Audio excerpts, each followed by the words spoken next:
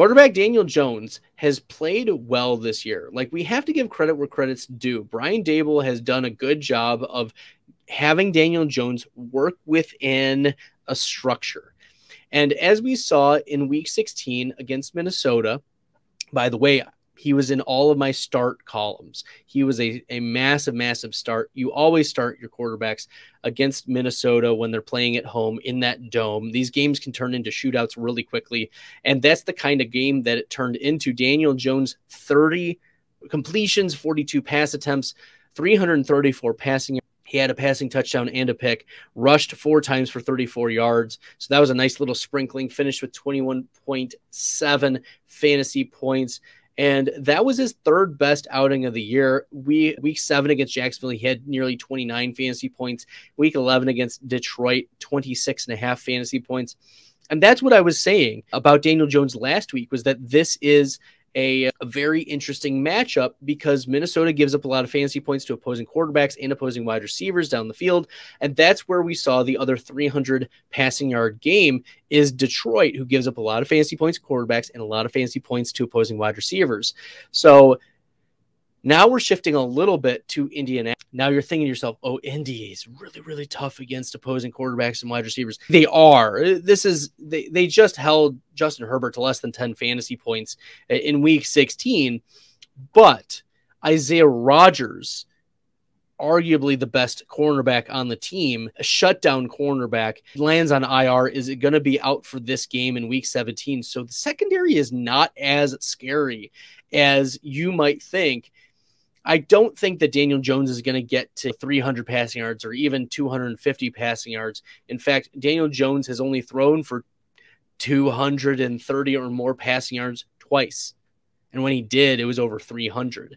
So I'm not optimistic about Jones getting that yardage through the air, but on the ground, Daniel Jones has had at least 20 rushing yards in every game but week 6 and week 12.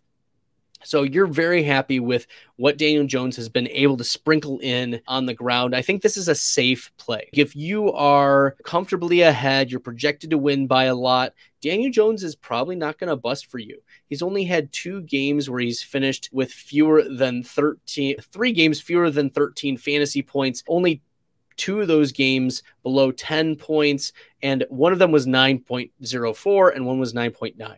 So really, Daniel Jones has not been obliterated by opposing defenses, and I don't think an Indianapolis Colts team that is probably going to start Nick Foles again and is struggling in all facets. If you like the content and this has been helpful to you, make sure you hit that red subscribe button. It really helps the channel. I think Daniel Jones and the Giants are going to be getting the ball a lot, and that's going to mean just a little bit more fantasy points, fantasy goodness for your Giants. And the Giants are 8-6-1. So they're battling for the playoffs.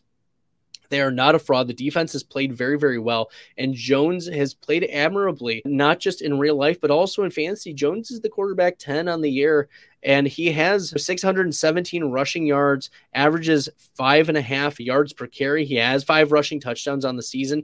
He's only thrown 5 interceptions in 15 games. Talk about not turning the ball over and being accurate. This is a very, very interesting player. And look, there have only been 4 games this year where Daniel Jones has thrown a pick, and one of them was in Minnesota.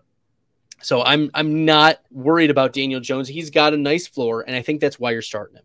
He's going to be comfortably quarterback 10, quarterback 12, and he's being drafted as the quarterback 15 right now. And I get it. There's not maybe a ton of upside to Daniel Jones because of the passing, the limited passing. Jones has only thrown for 2 or more touchdowns in 3 games this year.